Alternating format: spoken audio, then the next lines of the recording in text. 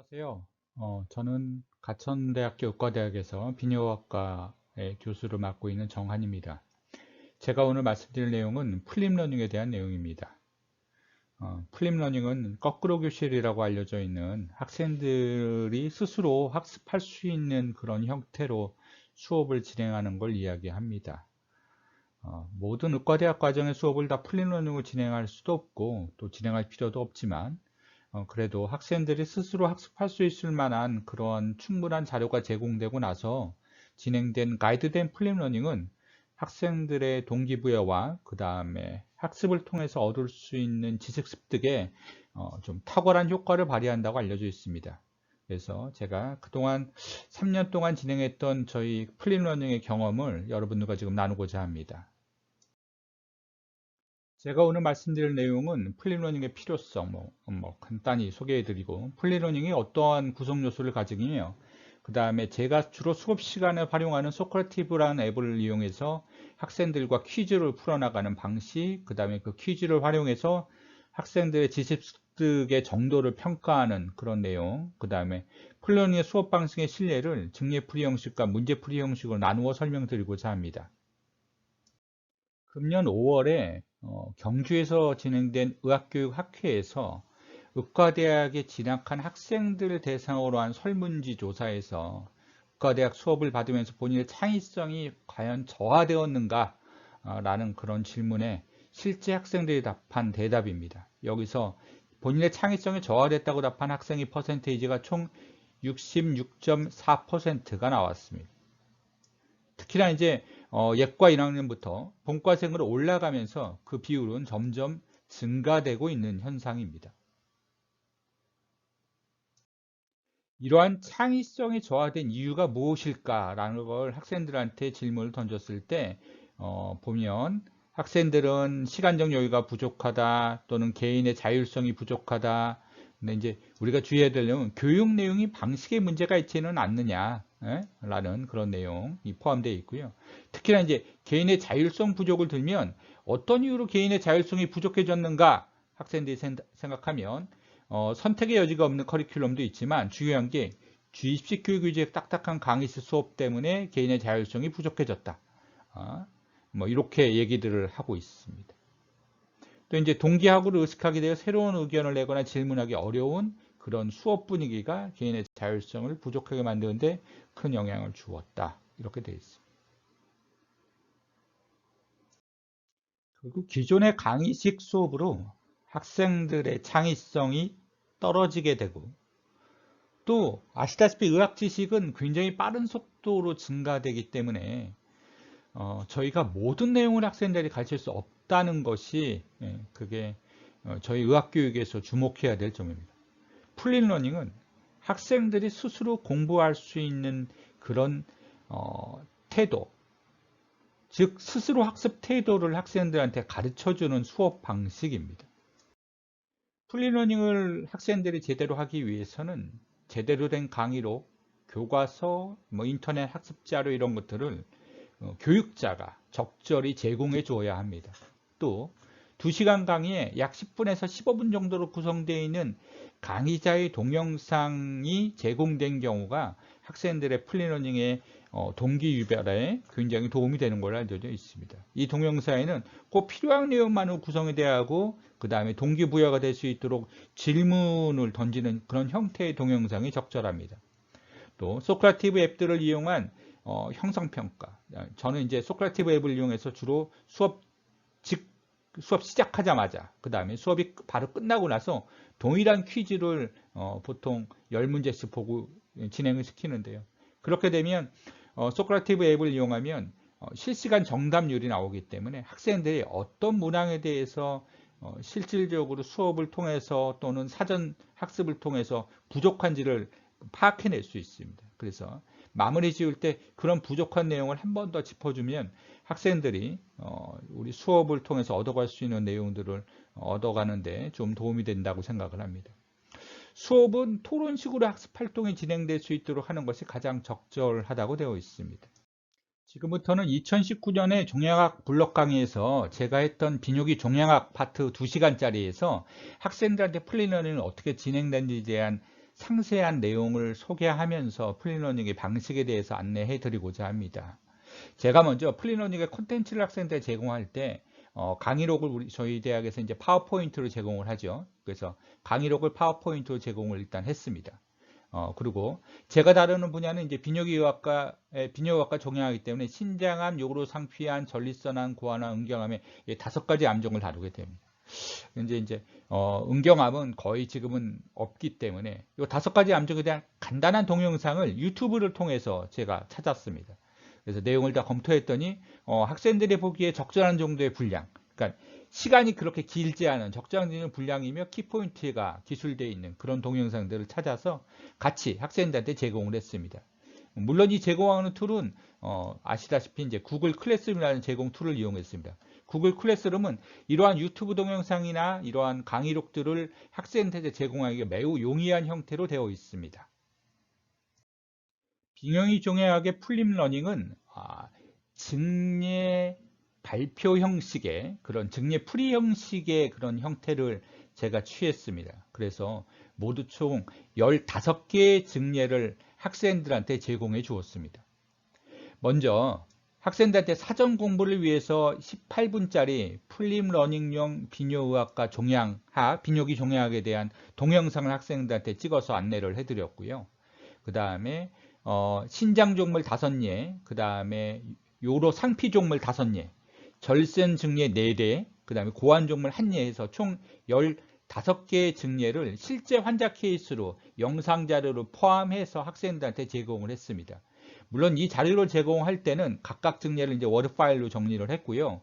그리고 그 증례에는 공부할 내용을 좀 적어놨습니다. 다만 증례만 주고 너희가 알아서 공부하라가 아니라 이 증례에서는 이러한 공부할 내용을 좀 공부했으면 좋겠다라고 적어도 2가지 이상의 공부할 내용을 적어서 주었고요. 그리고 각 조마다 3가지 증례를 공부할 수 있도록 배분했습니다.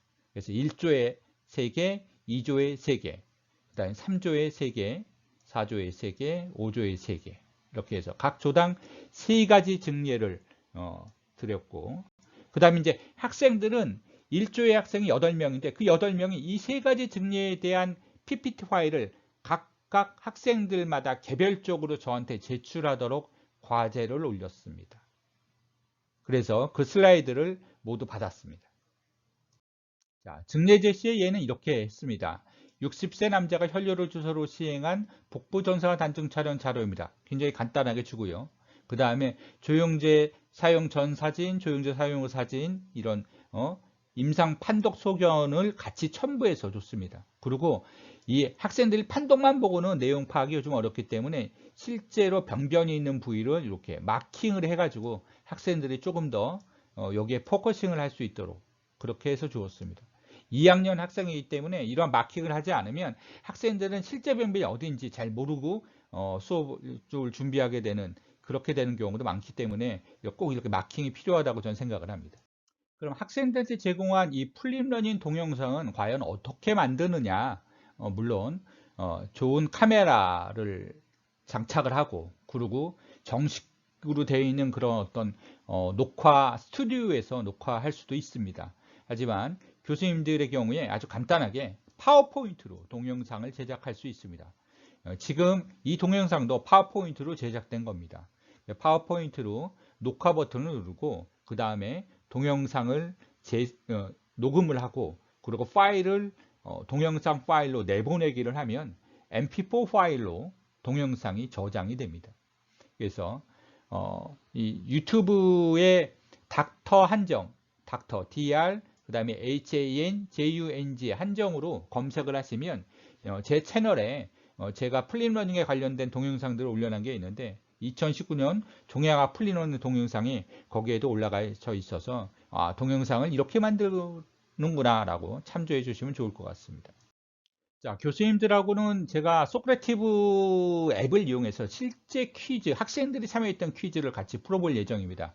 소크라티브는 무료 버전의 경우에 한 방을 열고 그 방에 최대 50명까지 학생을 받을 수 있습니다. 그래서 여기 오신 교수님들 중에 이 소크라티브를 경험을 하시고 싶으신 교수님이 계시면 소크라티브 학생 버전을 다운로드 받으시고 그 다음에 제가 지금 열어놓은 방에 JUNG7259라는 그런 코드를 넣고 실명으로 입장을 하시면 바로 이 퀴즈에 참여해 보실 수가 있습니다. 제가 50분이 실제로 참여를 하시는 걸 기다렸다가 이 소크라티브 퀴즈를 한번 풀어보도록 하겠습니다.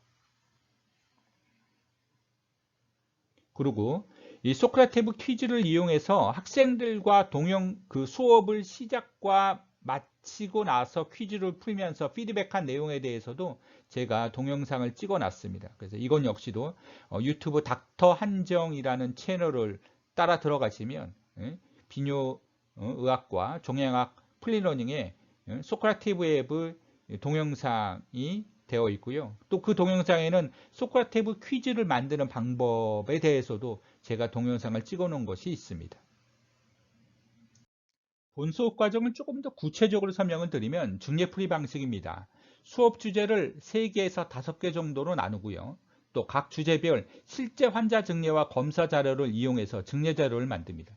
이때 영상 자료를 만들 때 본과 2학년의 경우에는 판독지를 추가하고 필요한 부위에 대한 마킹을 꼭 추가하는 것이 좋습니다. 또 증례에는 학생들이 공부해야 될 질문을 적어도 2개에서 3개 정도를 적어서 배포해서 가이드가 있어야 합니다. 그렇지 않으면 이 증례 하나 갖고 학생들이 어떻게 공부를 해야 될지에 대해서 굉장히 헤매게 됩니다. 또 5개 조로 나눈 학생들한테 각 조당 3가지 증례에 대한 해설 슬라이드를 반드시 PPT 과제, 학생들한테 PPT 과제를 내지 않도록 하면 가끔 이 PDF로 과제를 내거든요. 근데 PPT 과제로 내야 제가 이 최종 강의용 슬라이드를 편집할 때 도움이 되기 때문에 반드시 PPT 과제로 제출하도록 학생한테 과제를 요구해야 합니다. 저희 대학에서 사용하는 이제 구글 클래스룸을 이용하면 이러한 과제를 쉽게 낼 수가 있습니다. 그래서 보시면 5월 30일 수업은 PPT로 수업이 지났는데 여러분이 준비한 걸로 할 거다. 그래서 학생들한테 PPT 파일명을 종양학 1조 학번 이름으로 제출하라고 했습니다. 그리고 조별과제 3가지를 반드시 하나의 파일에 좀 담아달라 라고 부탁을 좀 했고요. 그렇게 해서 하나의 파일에 담은 이 학생들의 그런 내용들을 가지고 저희가 최종 슬라이드를 제가 만들어서 이때 수업 시간 직전에 오픈을 하는 방식으로 수업을 진행하려고 했습니다. 구글 클래스룸을 이용해서 과제를 낸 경우에 학생들이 낸 과제는 자동적으로 구글 클래스룸에 있는 공유 드라이브에 클래스룸이라는 항목의 드라이브에 가서 종양의학과 블록 강의 항목으로 가면 이렇게 과제별로 저장이 됩니다. 자동 저장이 되죠. 학생들이 제출만 하면. 보시면 학생들이 다양한 형식으로 슬라이드를 이렇게 제출했다는 걸 알 수 있습니다. 자, 이제 키포인트는 학생들이 수업에 참여하는 학생들의 숫자를 이렇게 충분하게 만들어야 되거든요. 대표 학생만 발표를 하게 되면 나머지 학생들은 결국 수업 시간에 잡니다. 그래서 제출된 PPT 과제를 이용해서 하나의 증례당 적어도 3명에서 4명의 학생의 슬라이드를 조합하는 게 중요한데 이때 조합할 때 학생이 작성된 형식을 그대로 유지하는 게 아주 중요합니다. 그래야 이 작성된 형식만 보고도 저건 내가 만든 슬라이드야 라는 걸 학생이 바로 파악을 해서 마이크를 옮겨가면서 수업을 진행할 수가 있거든요. 그리고 작성된 최종본은 수업 직전에 공개를 하고 그리고 작성된 양식을 보고 이건 내가 만든 거야. 그러면 자신의 발표 슬라이드가 나오게 되면 학생들이 순서를 바꾸어가면서 수업을 진행하도록 하는 게 그게 이 문제풀이 방식의 형식이 되겠습니다. 첫 번째 케이스는 신장 종물에 대한 케이스에서 학생들이 모두 제출한 슬라이드, 즉 1조가 이 케이스를 맡았으니까 1조의 8명이 이 케이스 1에 대해서 제출한 슬라이드의 숫자가 모두 213개입니다. 이 213개 슬라이드 중에서 학생들의 최종 강의용 슬라이드를 28장으로 축약해서 만드는 작업이 강의자가 해야 될 일입니다. 이게 시간이 좀 많이 걸립니다. 근데 이제 강의자가 학생들의 슬라이드 형식을 그대로 유지하면서 한 슬라이드 내에 적어도 3명 정도, 3명 정도가 포함될 수 있도록 강의용 슬라이드를 만들어내야 합니다. 그래야 학생들이 많은 수가 참여하면서 강의를 진행할 수가 있습니다.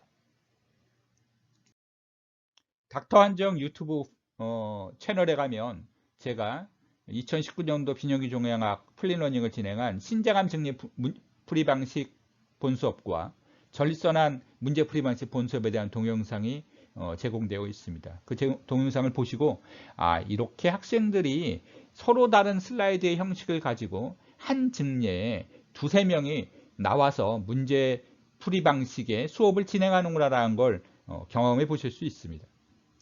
자, 두 번째는 문제풀이 방식입니다. 문제풀이 방식은 수업 주제를 10개 이내로 나누고 주제별 문제를 모든 학생이 한 문제씩 내도록 하고 사전에 취합을 합니다. 역시 구글 클래스는 과제를 통해서 학생들한테 PPT 파일로 내라고 하면 학생들이 잘 냅니다.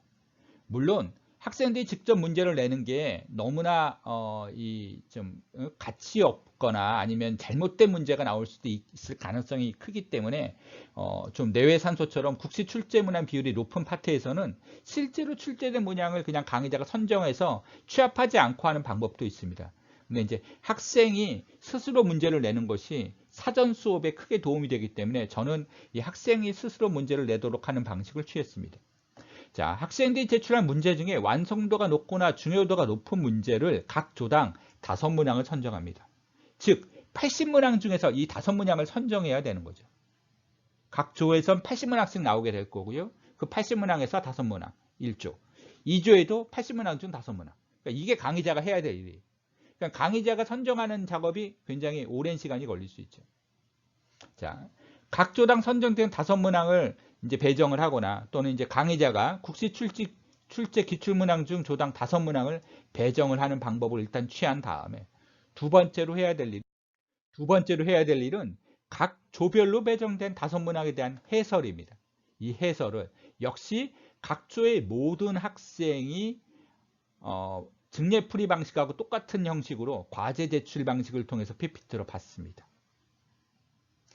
5문항에 대한 해설을 받으면 그러면 역시 이것도 슬라이드가 한 조에서 한 문항당 대략적으로 8명이기 때문에 200장 내외의 슬라이드가 나옵니다. 그럼 그 200장 내외 슬라이드를 또 강의자가 한 문항당 적절히 해설 슬라이드로 해서 한 3장 아니면 한 5장 정도로 그렇게 문항 해설 슬라이드를 강의용으로 따로 만들어야 됩니다. 이때도 하나의 강의용 슬라이드에 한 학생의 슬라이드만 쓰지 말고요. 5문항이면 적어도 5학생, 또 어떤 문항에는 2학생을 포함시켜서 6학생 정도가 참여할 수 있도록 강의하는 그 마이크를 잡을 수 있도록 하는 것이 중요합니다. 또 이때 슬라이드를 통합할 때 문제풀이 형식, 증례풀이 형식하고 똑같이 슬라이드 디자인 형식을 그대로 유지해야 학생들이 이게 내가 만든 슬라이드라는 걸 바로 알 수가 있어서 직접 진행하는 데 도움이 됩니다. 이러한 문제풀이 방식을 이용했던 플리러닝 수업은 생시각에서 강의했던 선천성 비뇨기 생식기 질환이었습니다. 2시간 시수의 수업이었고요. 보시는 바와 같이 이런 10개의 항목으로 주제를 나눠서 학생들한테 문제를 출제하고 그 문제를 취합해서 플립러닝을 진행했습니다. 이상 플립러닝에 대해서 어떻게 문제풀이 형식과 그 다음에 증례풀이 형식의 그런 다른 두 가지 형태로 끌어나가는 본수업 내용과 그 다음에 소크라티브를 이용한 사전 퀴즈 내용, 그 다음에 동영상을 어떻게 제작했는지에 대한 팁들을 알려드렸습니다. 거꾸로 교실엔 자는 아이가 없습니다. 자는 아이가 없기 때문에 학생들은 수업 시간에 최대 효과를 얻어갈 수 있게 됩니다. 특히 소크라티브 앱을 이용해서 동일한 문제로 수업 시작하고 그 다음 수업 끝날 때 동일한 문제로 풀어서 학생들이 여전히 잘 모르는 문제에 대해서 피드백만 해주셔도 그래도 학생들은 굉장히 큰 도움이 됩니다. 그러니까 강의식 슬라이드를 계속 하셔도 됩니다. 근데 강의식 슬라이드를 하실 때 저는 이 소크라티브 앱을 이용해서 강의 시작할 때, 강의 끝날 때 동일한 퀴즈 10문항만 학생들이 보도록 한다면 교수님이 했던 그 강의 슬라이드 시간 동안에 학생들이 얼마나 많은 내용을 가져갔나를 바로 아실 수가 있습니다. 또 강의식 슬라이드를 하더라도 유튜브를 통해서 학생들한테 내 강의 슬라이드와 강의식 슬라이드와 연관되어 있는 자료, 동영상 자료. 뭐 수업 시간에 동영상 자료를 뭐 10분씩 이렇게 틀어줄 수 없으니까 그런 동영상 자료가 좋은 게 있다면 구글 클래스룸은 자료를 첨부하기가 매우 쉽기 때문에 구글 클래스룸을 통해서 학생들한테 내 수업은 이거가 진행이 될 텐데 미리 사전에 이 동영상을 좀 보고 봐라. 이렇게 안내를 해주시면 학생들이 분명히 일부는 꼭 보고 옵니다. 학생들이 미리 예습을 시키는 것만큼 좋은 수업 준비는 없습니다. 그래서 학생들이 스스로 예습하고 스스로 학습할 수 있도록 학생들한테 만들어주시는 게 저희 의과대학에서 학생의 창의성을 끝까지 유지하면서 그들을 졸업시켜서 훌륭한 의사로 만드는데 가장 중요한 요소가 되지 않을까 저는 그렇게 생각합니다. 감사합니다.